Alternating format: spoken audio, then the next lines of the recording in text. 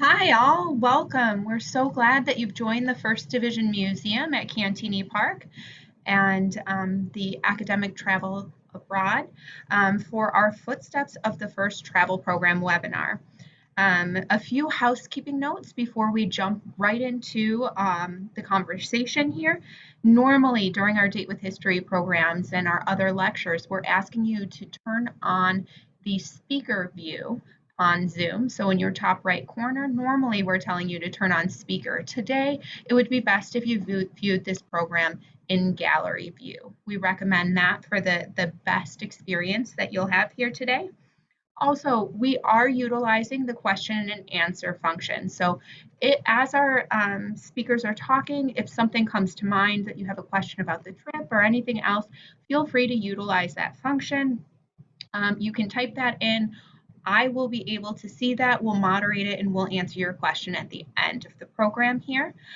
We will not be utilizing either the chat or the hand raise function this evening. So without further ado, I'm going to pass it over to Mr. Krewasky Salter, who's joining us from the gallery inside the First Division Museum. Okay, thanks a lot, Galen. We appreciate it. Well, good afternoon, everyone. My name is Krewasky Salter, and I am the Executive Director of the Museums at Cantigny Park. And so that includes two museums, the Robert R. McCormick Museum, which will open next summer, and also the First Division Museum. And as Galen said, we are broadcasting from inside our D-Day gallery.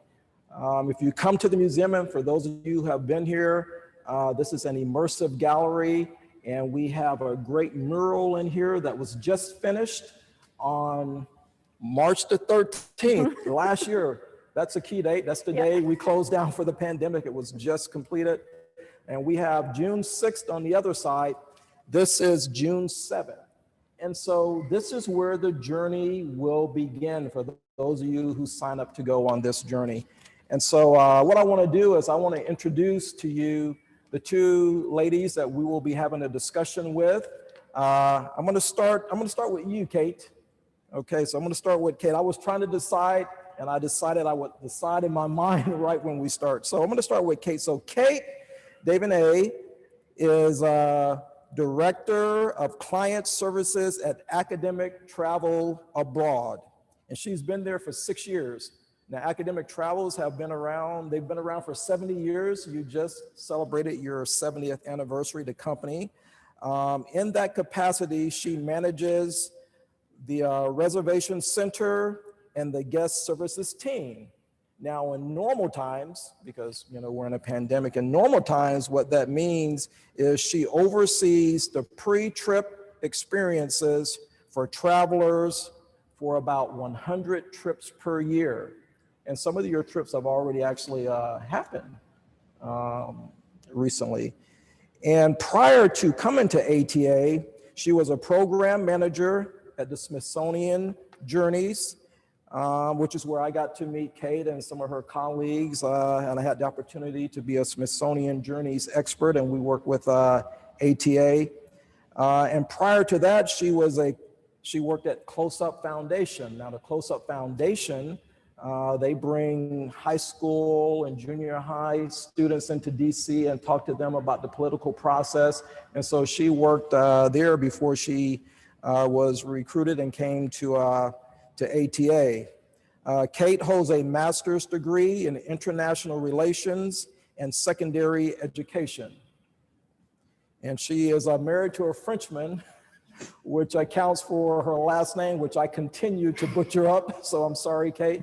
But also, Kate probably doesn't know that I know this about her, but she got her start in travels, and I hope I get this right.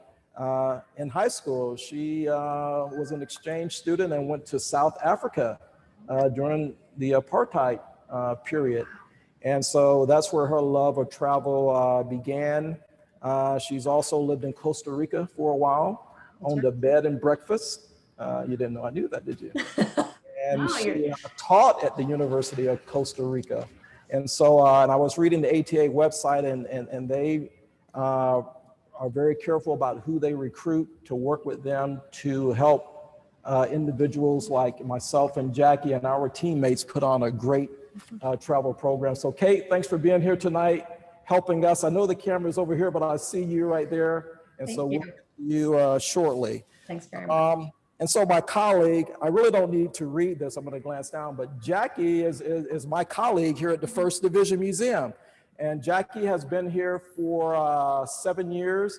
The first 3 years, she started as an intern. Then she became a part-time programs and education assistant. And then 3 years into her stint, she was hired on as a full-time program and educator. She became the facilitator and also the volunteer coordinator. And so what that means is a person with a degree in history, not only history, but military history, working at a museum like this. You know, she was the person that, you know, reaches out and interacts closely with our volunteers and our docents.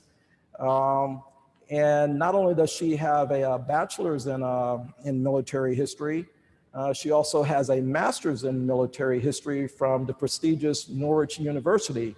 And so for those of you out there who know the beginning of ROTC, I think I got this right, that's where the first ROTC program was. And for those of you who have heard names such as General Gordon R. Sullivan, that's where he graduated from, and most of you know him as his last assignment as Chief of Staff of the United States Army. But what some of you may not know is he also commanded the 1st Infantry Division. All these connections. And so let me look down. And so last year, I asked Jackie to take on another title, you know, realizing that she was one of our premier military historians on the team. And I watched Jackie prior to that. And so we decided we wanted to do a travel program abroad. And so Jackie agreed to take on the additional title of program coordinator. So now her title is facilitator, volunteer, and program travel coordinator. So it's very long, but so that's who we're gonna have our discussion with tonight. And one more connection. So Kate, I told you I'd tell you the connection. You know, I learned that ATA was actually born out of a professor at the University of Vermont. And he took his first trip. He was taking students really to view the Marshall Plan post-World War II. That's right. Fritz Kaufman, our fearless leader. Who's, exactly. He was right. the first owner. And so I know Kate and Chase are now the third owners of this academic travels. But, and Jackie knows this, but George Marshall was the operation officer at the Battle of Cantigny, meticulously planned that. And the last thing I'll say in the intro is the other reason that Jackie's very passionate about military history, like all of us who go into an area that we become passionate about, is Jackie's great-grandfather served at the Battle of Cantigny. And I know if you're in French, they pronounce it Cantigny, right? Or, you know, we pronounce it Cantigny here. Her father, her great-grandfather served at that battle. And I remember seeing that handsome young man's picture over a year and a half ago. So without any further ado, get to my notes. Everybody can see my desk here. Let me see. Yeah, so Kate, I actually worked with you guys at Academic Travel, so obviously that's why we wanted to make this connection. That's right. You, we were really lucky to be introduced with you through the National Museum for African American History and Culture here in Washington, and that was a really special program focusing on World War I, but also in France, if I recall correctly, in 2018. Can you tell us a little bit about that trip and what you got out of it? Absolutely. I think I'll try to take only 2 minutes. So yeah, so I do have some history during programs like this. I was a journey expert for the Smithsonian, and we took a group to France for the centennial of World War I. It was in 1918. So we were actually standing on ground, and we could say, I could actually say 100 years ago today. But yeah, the trip was excellent. You know, we started off in Paris and we ended in Paris because we did a lot of cultural things, just like Jackie's going to do. So not talking about military history, but we went to places where Josephine Baker performed We went to addresses where folks like Langston Hughes and James Baldwin lived when they were there. But when we were out on the battlefields, you know, we went to Verdun, we went to the Meuse Argonne, we went to Chateau Thierry. I went to the 2 locations where the 2 African-American Medal of Honor recipients from World War I, Freddie Stowers and Henry Johnson, did their deed, where they subsequently were awarded Medals of Honor in 1991 and 2015 years later. So I'm going to stop there. I could go on and on because we're not here to talk about the trip that I had the opportunity to lead. We're here to talk about the trip. So can I stop there, Kate? And I'm going to focus on Jackie now and ask Jackie. Absolutely. So we're going to talk about our trip that we're going to do with the 1st Division Museum. So I wrote down a few questions. So I want to make sure I ask the question exactly how I wrote it down. And so, you know, Jackie, if I'm not the biggest military history fan, and I really don't understand all these military terms and jargon, is this really the trip for me? Is this trip still for me? Absolutely. Okay. It's a great question. And the first thing I want to say is that this trip has been designed with the unique culture of every single country that we're visiting in mind. Right. So built into this trip are different cultural experiences so that we can, for example, while we're in Normandy, we're going to be stopping at a Calvados distillery, which is, Calvados is an apple brandy, and it is wonderful. And there are over 300 varieties of apples used to make Calvados. And we're going to get to taste it while we're there. What better place to do it? This is something we can't do here in the United States. This is a uniquely Norman French experience. And then as we continue through our trip, we're going to have a full day in the Gothic city of Amiens, which is a beautiful, beautiful place. The largest Gothic cathedral is in all of France, is in Amiens. Yep, I've been there. You're right. Yeah, and it's huge. It's beautiful, and we're going to get to tour that. It's a UNESCO World Heritage Site, and that's going to be a really incredible opportunity. And then we even get free time while we're in Amiens to kind of wander around and enjoy the city at our own time, on our own pace. As we continue across Europe, we're going to stop at a Belgian microbrewery, which Belgian beer, where better to sample it than in Belgium? So I'm really looking forward to that experience as well. And I think we're even ending the trip with a champagne tasting. So I read the itinerary. You are correct. Yes. So we're going to have some really amazing cultural experiences. And the other interesting thing, though, is that many of the places that we're visiting, many of the places where these battles were fought, are at cultural sites. So one of the castles that the 1st Infantry Division took, it's still standing, and we get to go and visit this castle. So if you enjoy culture and food and architecture, this trip is certainly for you. But the other thing that I want to make sure is true of this trip is that as I've been putting it together, I want this to be accessible on a military level to someone who knows absolutely nothing about military history. And to someone who is a history buff and has been for their entire life.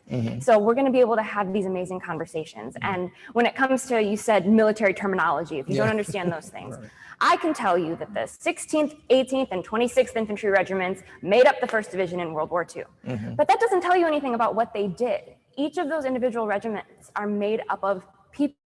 And these people did incredible things. So one of my goals is to bring stories to these names: Jimmy Monteith, Joe Dawson, Phil Strezek, Henry Warner. These are names that right now probably don't mean a whole lot to many people, but these are individuals that did incredible things for the 1st Infantry Division. And we're going to tell their stories, and we're going to tell them right where they stood when they did these incredible actions. So I'm really looking forward to making military history accessible to anyone and everyone. Yeah, I'm looking forward to it too, and I'm not going to be on the trip. It wouldn't be fair for the boss to go and be breathing over folks' shoulder the entire time. But yeah, so obviously you don't have to be a military historian or necessarily just love military history, because it's going to be full of military history, but a lot of culture, which is exactly like the trip that I had the opportunity to lead. Okay, so Jackie, tell me this. So why are we focusing on the 1st Infantry Division, and will we be visiting places that are unrelated to the 1st Division and history related to the 1st Infantry Division? Absolutely. So we're the 1st Infantry Division Museum, 1st Division Museum. That is our mission here, is to tell the 1st Division story. So of course, we're going to be hitting all of these amazing sites from June 1944 to January of 1945 for the 1st Division. But we would be remiss if we didn't tell the story of other units that our division intersected with. So for example, we're in our D-Day gallery right now. Behind me on our mural is the 320th Barrage Balloon Battalion. That is a group of African-American soldiers who came ashore onto Omaha Beach and they put hydrogen-filled balloons into the sky to protect our soldiers from being strafed by enemy aircraft. That is a story that is really important to tell. There are some incredible individuals who perhaps deserve a Medal of Honor in that unit that we could be talking about. We will be talking about on this trip. Well, Waverly Woodson. Waverly Woodson, exactly. Yes, Waverly Woodson is the gentleman. And he was a medic that came ashore with him. Yes. Exactly. And we'll also be talking about the 4th Infantry Division on Utah Beach. We can't go to Omaha Beach. We can't without going to Utah Beach. So we're going to be stopping at Utah Beach as we are moving across Normandy, throughout Normandy. We're going to Pointe du Hoc, where the Rangers scale. We're going to all of these incredible places. I'm trying to think of some other non-1st Division places we're going to. We're actually going to be touching on the British involvement in Normandy a little bit. Our last day in Normandy, we're going to be stopping at Pegasus Bridge, which is an incredible British story. And we have a guide who's going to be telling that story, who knows a lot about British history. And of course, as we travel across Europe, we have to talk a little bit about the 101st Airborne Division, Easy Company. We're going to be doing a full day in Bastogne for anyone who is maybe a Band of Brothers fan, an Easy Company fan. We will for sure be stopping and talking about their incredible involvement in the encirclement of Bastogne and the breakout of Bastogne. And then when we get into Aachen, the town of Aachen, that is where the 1st Division fights, but along with the 2nd Armored Division, the 3rd Armored Division, the 30th Infantry Division. I told you, military historian. No, she's not going to go through all that, but But all of these units were fighting together in order to take these towns, take these places. We couldn't do it alone. So we will be visiting many, many other places. And I want to interject too, because we don't want the other airborne unit because you're going to go to a museum. We are. And so you mentioned the 101st. You're also going to talk about the 82nd. Yes, we're going to Saint Mary Iglesia. I'm sorry if I butchered that. I do not speak French, but we will be going to visit that Airborne Museum as well. And that is a really, really good museum. All right. So we're great. No stone unturned. All right. And I failed to mention in our opening. And so, one of the things, as Jackie said, our mission, and we tweaked it a little about 2 years ago, is to tell military history through the lens of the 1st Division Museum, which is it allows us to tell more stories. So also on this mural, we have a civilian, the guy with the cigarette. You can barely see him. That's why you need to come here to see it and hear the stories. Ernie Pyle. He landed on D-Day on D+1. That's why this side is D+2, although some of these soldiers landed on D+1, and then all the ships, Operation Neptune. So when Jackie talks about Overlord, we couldn't do this without the sailors and the Coast Guard. But awesome. I may sign up. No, I won't do that to you. I will not do that to you. Okay. Okay, you take a rest, Jackie. I'm going to focus on you now, Kate. I want to ask you a couple of questions, Kate. Great. Okay, so travel to Europe is still prohibited. So, it's not that Jackie and I dislike each other. My mask is in my pocket. It's a pandemic, so we're 7.5 feet away from each other. But, we're traveling to Europe and it's still, prohibited because of the COVID pandemic.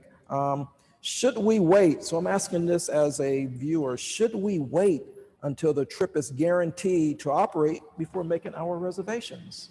Yeah, that's a really good question, Krewasky, and that's sort of the elephant in the room right now. At the moment today, we wouldn't be able to do this trip, and we do know that, but we are really optimistic. We're more and more optimistic every day.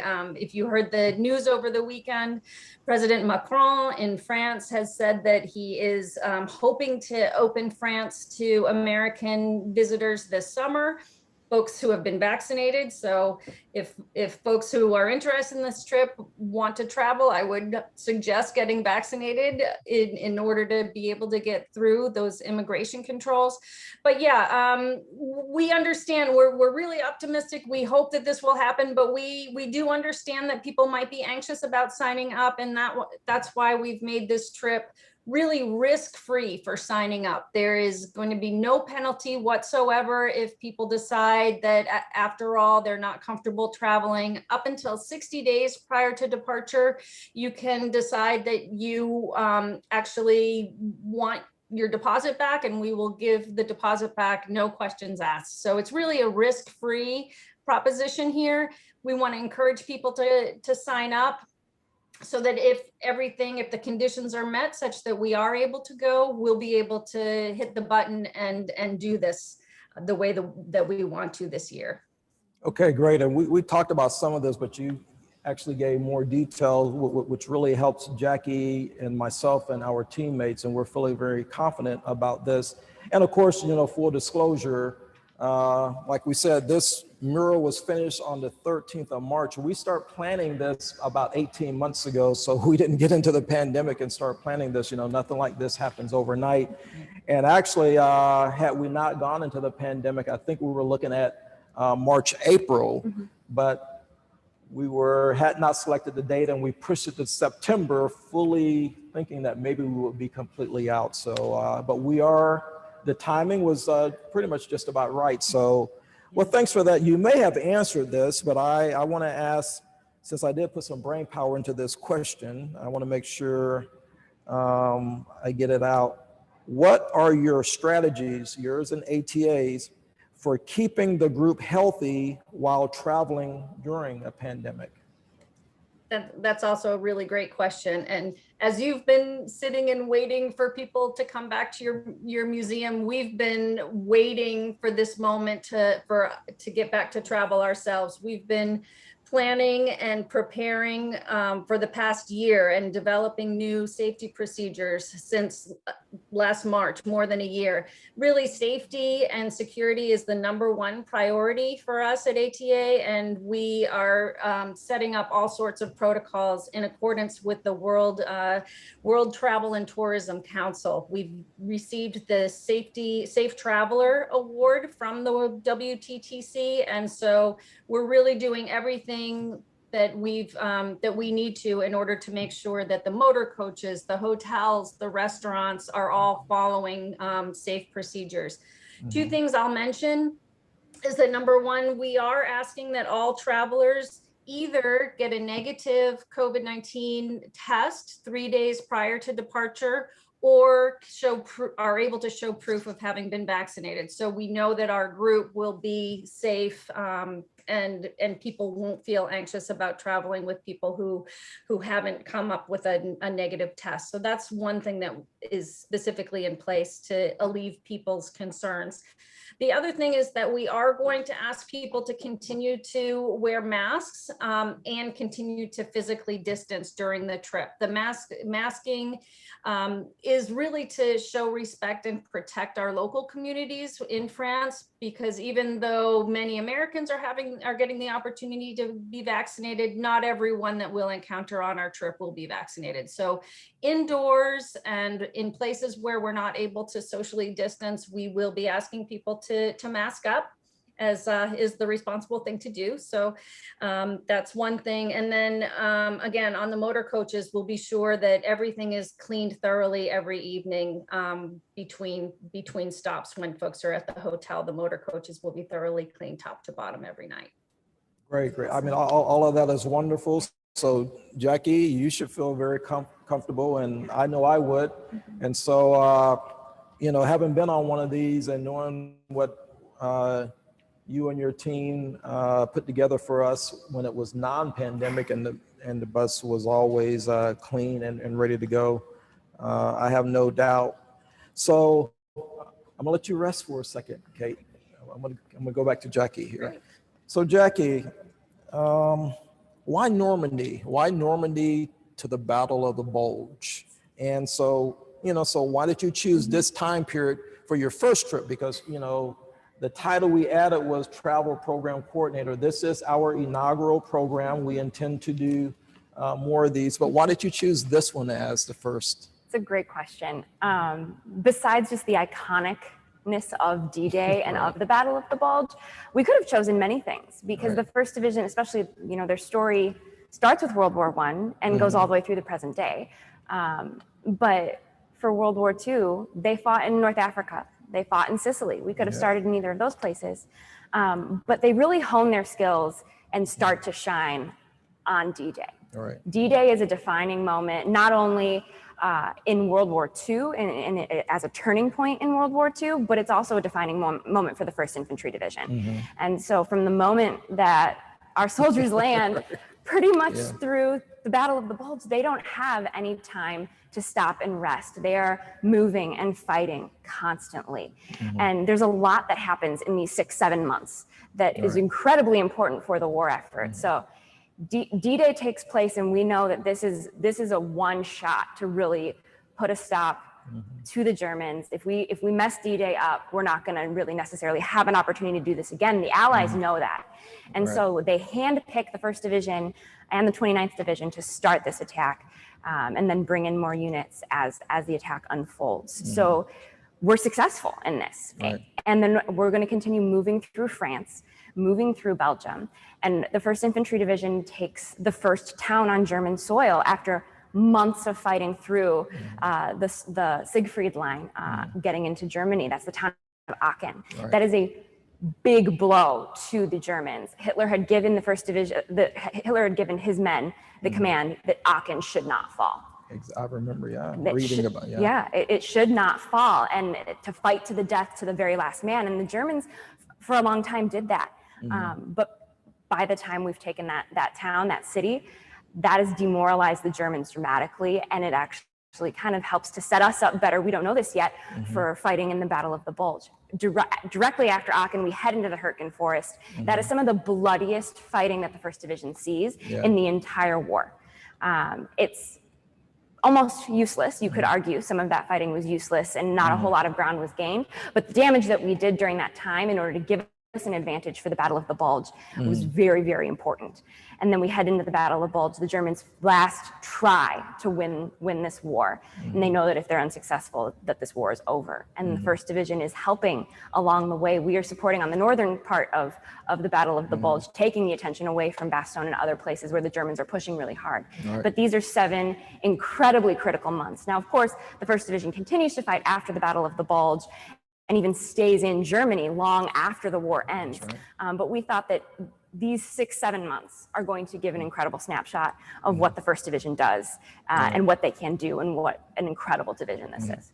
A crucial period, because D-Day was the toehold and the foothold to get on the European peninsula, and then the Bulge was that last big battle before we get into Germany.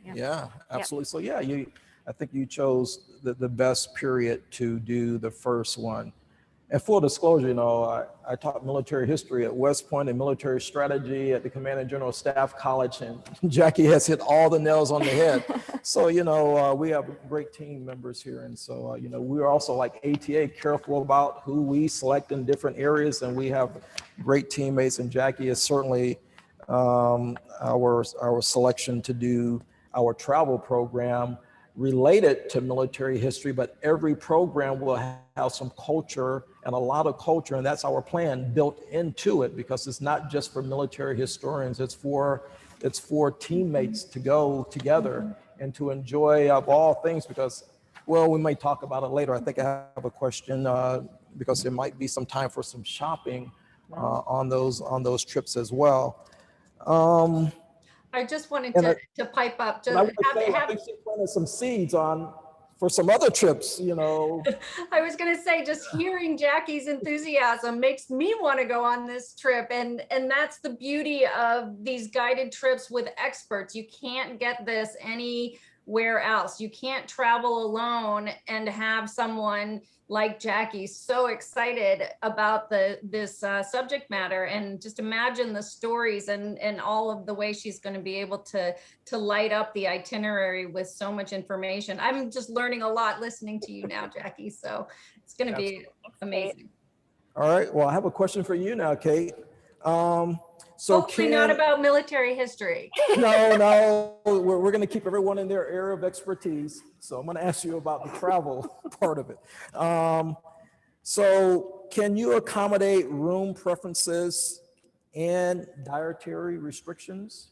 Yes, absolutely. We have different types of rooms. We can accommodate people who want twin beds, double beds, king beds. If they have special needs, allergy needs, allergen needs. If you can't have a down pillow, for example, we absolutely can accommodate those types of special requests. Same holds true with food preferences and dietary restrictions. So if people are allergic and need gluten-free or a kosher meal, we can definitely do that sort of thing as long as we know in advance. So that's all that we ask, is that you give us advance notice and let us know ahead of time, and then we can really accommodate any special needs.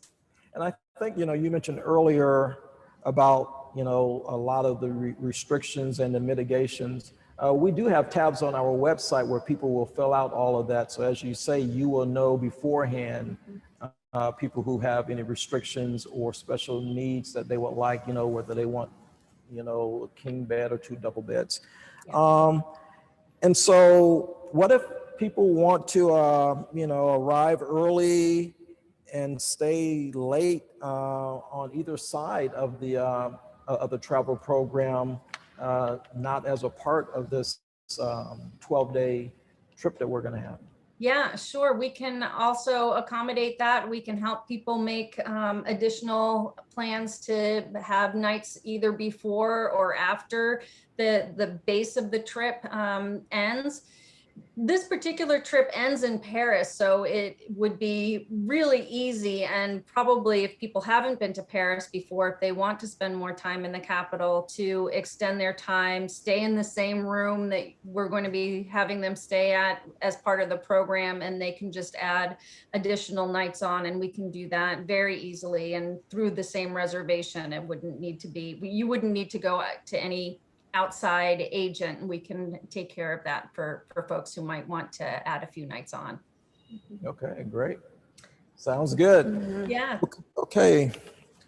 So speaking of Paris and travel, Krewasky, listening to Jackie and her excitement about the trip, I was wondering if that maybe brought back some fond memories of your travels. Do you have any special, what was the very best thing that you remember about the trip that you took with the National Museum for African American History and Culture? Okay, so you've given me a chance, because when Jackie was talking, I was doing everything I could to not get excited and jump in and say, yeah, I've been there, and you're right. But, so this may, and I'm trying to think of what was my best thing. I know what it was, so I'm going to really say what the best thing was for me, although I am a military historian and I got to do all of that. But it was the role you guys played in this program. The travelers, nor myself, we didn't have to worry about any of the logistics. There was when we booked with you guys, Jackie mentioned that she will have individuals that she knows that will also tag team with her who are experts of the area. But there was also a travel expert that you guys assigned to me, and I believe we're going to have one with Jackie. Yes. And so, as I said, in my prior life, I've done more than 30 staff rides and tours, and on some of those, you're also the person that makes sure people have the right rooms and the right meals. So I enjoyed the fact that all I had to do as the quote unquote expert was to show up and be able to do my job for those 11 days for my trip. And also for the travelers, I can tell they were all at ease. And they also, they told us that during the trip. And so the guide that was assigned to us, I did not have to be the co-navigator. You know, when we were on the 3 or 4 hour bus rides, you know, you say something at the beginning, you may say something at the end, but when the travelers went to sleep, I was able to go to sleep and not worry about the driver not getting to the right place. So really, I think the best thing for me was not having to worry about anything. And then to the question I asked, I know some of the answers that I wrote down on these questions, can we stay later? My wife may be tuned in. And so that's what I did. You know, I'm going to France and Europe for 11 days, but maybe I don't think you should go because I'm going to be working. And so she understood that, but she flew in the last day. So she got to meet everybody. You guys kept us, we were allowed to stay in the same room for 2 days, and then, you know, went on vacation for a week after that. So I think your role as ATA, and we're looking for, and that's one of the reasons we reached back out to you guys to help us put this together. Yeah. That's So great. that's the best thing Thank for you. me. Yeah, it's a great partnership. Yeah. And I'm just curious then, how did you conceive of developing a new trip for the First Division Museum, and how did you decide that you wanted to go forward and do a trip? I'm going to use a military term, a pincer attack, an envelopment two-prong. And so I'm going to show some of my cards to some of my teammates, you know. So I had already did, you know, one of these trips. And so I met with all of my teammates here, not just my direct reports. Matter of fact, Galen, who was on earlier, that's Jackie's boss. So, you know, I met with everyone one-on-one, and we asked a lot of questions to each other. And there are 2 questions I always ask.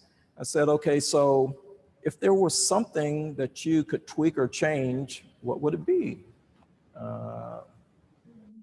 What would it be, Kyle, Jessica, Jackie, Galen? And then another question was, if there is something that you would add to what we are doing here, what would it be? And there are a lot of things that we are doing here that people said, I would like to do this. And so we instituted it. But my secret was I already had a list of things I would like to do. And actually in my interview process, I mentioned I would like to bring a travel program. And Jackie was the one that answered, well, you know, a couple of years ago, myself, I think it was with Jessica. Yes. Jessica and I went on this trip, and oh man, it was great. You know, I would love if there was one that was focused on the first ID, and I saw the energy there, and I knew she was a military historian, and, you know, I knew everybody's bio. And so I put a check by that. So the secret that I'm telling folks is buy-in. Buy-in has always been a part of being a leader and leadership over the years. And so Jackie already had in the back of her head that she would like to do something like this, not knowing that that was something I wanted to bring. And sure enough, that's how we can see the footsteps of the, I didn't tell her then, you know, I talked to her boss, and then we all got together about 2 months later and we talked about it, and that's how we came up. Yeah. And you know, a host of people involved, so our communications team, all the graphics and things that you see, that's put together by our communication team. You know, this production here tonight, we have, and they're a part of the IT team, you know, that's helping us you know, do these type of productions during a pandemic. So that's how it came about. Yep. So I'm gonna, because I do my military mind, so I did have my timer, and that tells me I want to wrap it up in about 6 or 7 minutes, but I have one more question. I want to give Jackie some time before we open it up, because we do want to give our viewers a chance to ask questions. So Jackie, so we have about 6 more minutes at the most. What is your favorite place we'll be visiting on the trip? That's number one. I'll ask them all together. Okay. And can you give us a quick walkthrough of what we will see during this 12-day trip? Absolutely. So I have to have the itinerary in front of me so I don't miss anything. So I do have that with me. This is a very difficult question to answer because we're going to so many incredible places. You know, we're starting out in Normandy, which is beautiful, French, very quaint countryside, and these beaches that it's hard to even picture this fighting that took place there. And that's one of the things that I love, is that we're going to so many different types of battlefields. So we're starting on the beaches of Normandy, which are absolutely beautiful. One of my favorite places in all of Normandy is WN60, which is where one of the first infantry. Is that it right there? Up, no, it'd be up over that way, probably. Yeah. But that's one of them. Well, they can't, I'm pointing there and they can't see it. They can't even see it. I'm sorry. Yeah, it's okay. I'll be quiet. It's okay. So that is one of my favorite places in all of Normandy. WN60 is where one of the first infantry division's Medal of Honor actions took place. Yeah. And when you stand up on this, it was a German strong point, you just have the most beautiful view of all of Omaha Beach. You can see why the Germans chose to fortify this position while you're standing up there. But there's this strange sense of peace while you're there, and this amazing story of this man who went to Virginia Tech and felt like a nobody until he joined the Army, and did this incredible action. So that's one of my favorite places in Normandy that we're going to be visiting. So we've got a couple of days focusing on the 1st Division. We've got a day focusing on the 4th Division, and we're going to be visiting the American Cemetery while we're there, which is just beautiful and somber, to see these over 9,000 men and women. There are a couple of women buried there as well, who gave their lives during the Normandy campaign. So I'm looking forward to visiting there and having that somber moment. We're also going to be visiting a German cemetery, which, to juxtapose the two, is absolutely fascinating to see the differences in the way the Germans were required to construct their cemetery versus how we constructed our cemetery. So I'm looking forward to taking travelers to those places. And then the way we're ending our time in Normandy, besides the Calvados distillery, besides that, we're going to Arromanches, which is where the artificial harbor was built after D-Day. We needed a way to bring all of our supplies in, so we had to build a floating harbor. But there is a experience there called the 360 Cinema. And it is a theater that has massive screens all the way around you, and it tells the 100-day story of the battle for Normandy in 360, and it is a very, very powerful experience, and I think it's going to wrap up our time in Normandy very well. And then we head across France to Amiens, which I know you've said that you really love Amiens. Yeah, it's a beautiful city. And so we're going to have a day there. And we do our Calvados distillery along the way there. And that's going to give us some time to decompress from the military history and enjoy more culture. As we leave Amiens, we're doing the Belgian. That's where you have the half day where people, the half day where people can just explore on their own, which is going to be wonderful, wonderful time. And then as we head across Belgium, we'll stop at that microbrewery before we head to Aachen. So Aachen is an ancient city, very important in German history. It was where Charlemagne's hometown, his city where he called home, where he was crowned. And that's where the 1st Infantry Division takes this town. We do the street fighting. So we're switching from beach and countryside fighting into urban warfare now. So this is a totally different type of warfare. The 26th Infantry Regiment is who goes into the town itself, and they do fighting in homes, in parks, in a gorgeous hotel that is actually still standing. So we're going to get to see some of these places where the 1st Division fought, and I'm really looking forward to that. And then, of course, I'm looking forward to going to Bastogne, not gonna lie. I really love Bastogne. I love the Easy Company story. So it'll be fun for me to take a step back and let me, 101st Airborne historian, really focus in on that day. And you hear this, so you're gonna have other people who can, not just me, just me. There's gonna be many other historians jumping in on this trip to tell us these stories. And I'm looking forward to Bastogne very much. And then, of course, we're gonna get to see the 1st Division sites, the Battle of the Bulge, a couple of Medal of Honor action sites. It's going to be an incredible trip. And then we end with our champagne toast and end in Paris. Just like Kate said, we're ending in Paris, and it's gonna be beautiful. And maybe I'll extend my trip.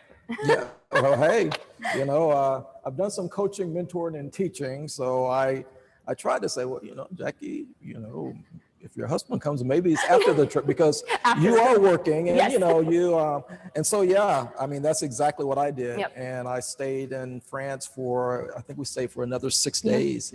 So Anything else you want to add? And one more thing we're going to be doing. We're actually going to have a little nod to our World War I history by stopping at the Musée de la Grande Guerre, just outside of Paris, which is a very moving, impactful museum that I'm looking forward to our visitors getting to go to as well. Yes, that's a great museum, and it's one of the Centennial museums that came about because of the Centennial, and I think it opened in 12, 13, or 14. Been there a couple of times. A great museum. Okay, so I think, oh, there's Galen keeping us on time. I was just so engrossed in the conversation, so I'm going to turn it back over to you, Galen. Great. Thank you so much for giving a great overview of the program. I did drop into the chat function the link to the website about the trip that has a full itinerary and should answer some questions about signing up for the trip for those who are interested. I have been receiving a few questions through the question and answer function. I would encourage anyone at this time, if there is still an outstanding question, feel free to drop that into that question and answer function. And without further ado, I'm going to start doling out these questions we've received so far. So first and foremost, Kate, can you please share if COVID tests are required to go on the trip and to come home from the trip, will ATA make those accommodations for our travelers?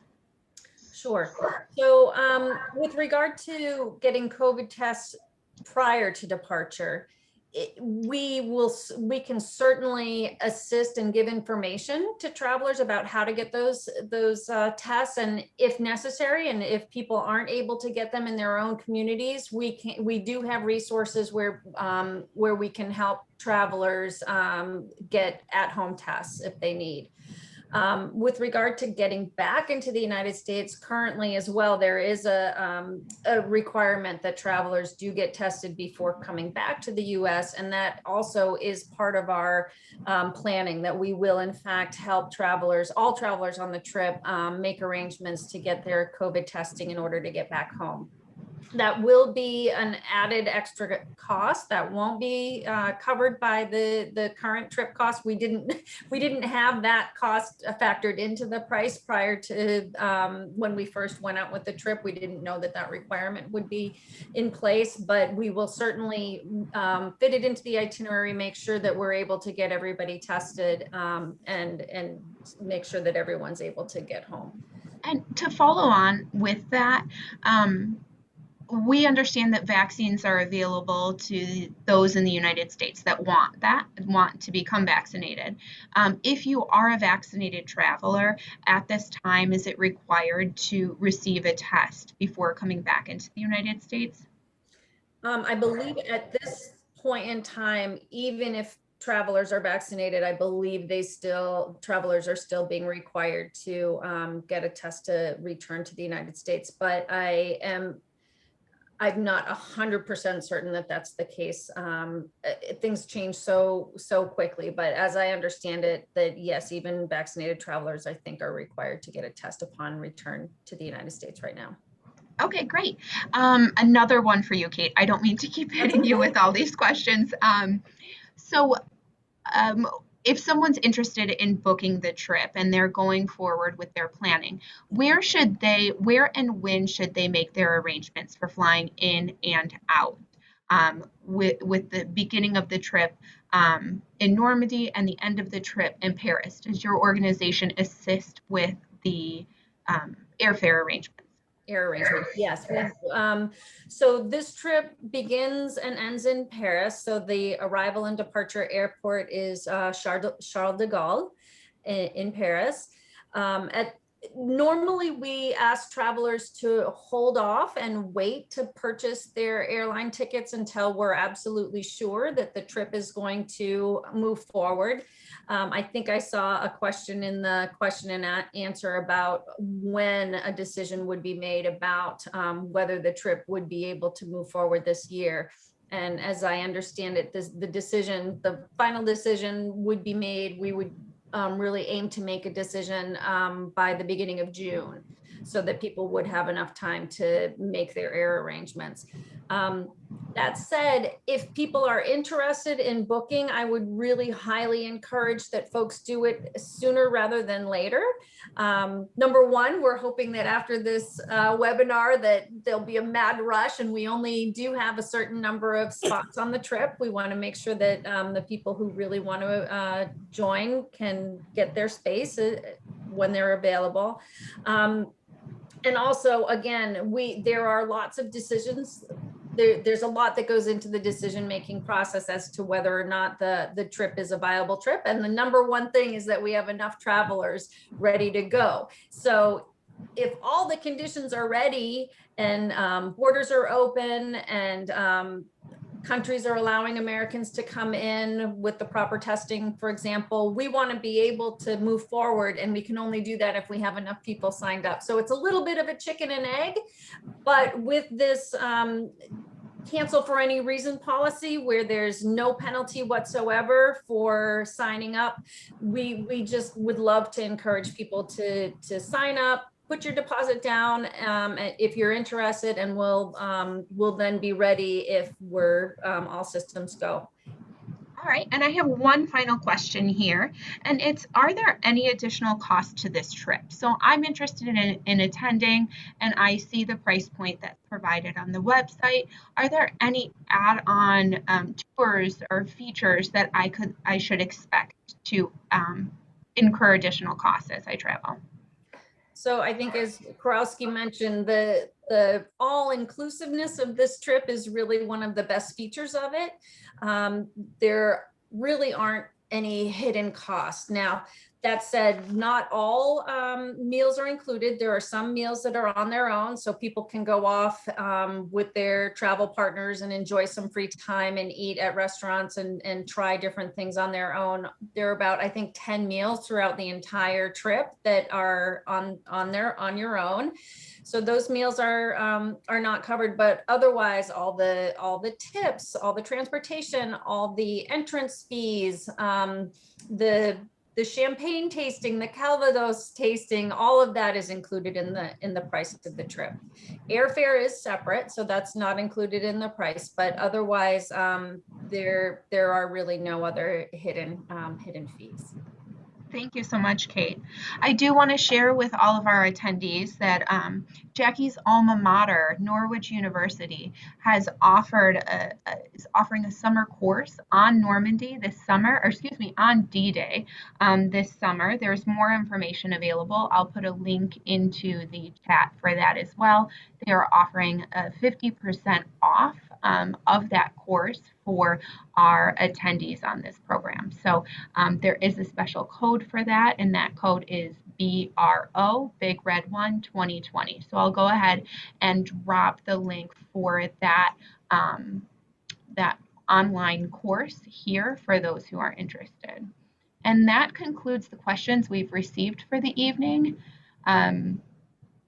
Are there any other discussion points that you would like to share, Krewasky, Jackie, or Kate? So Kate did hit the nail on the head. 5 June is the date that we, will make the decision on, when we have the numbers. And so at this point, there's no reason why we don't, foresee the trip happening in September because of where we are. So go ahead and sign up, because there is a maximum number that we will have to cut off the trip. And other than that, I don't think I have too much more. No, I'm looking forward to the trip. I'm looking forward to getting to know people that join us on this trip. And Right. It's going to be a really wonderful 12 days. Right. Okay. Great. So I thank everyone for attending this program.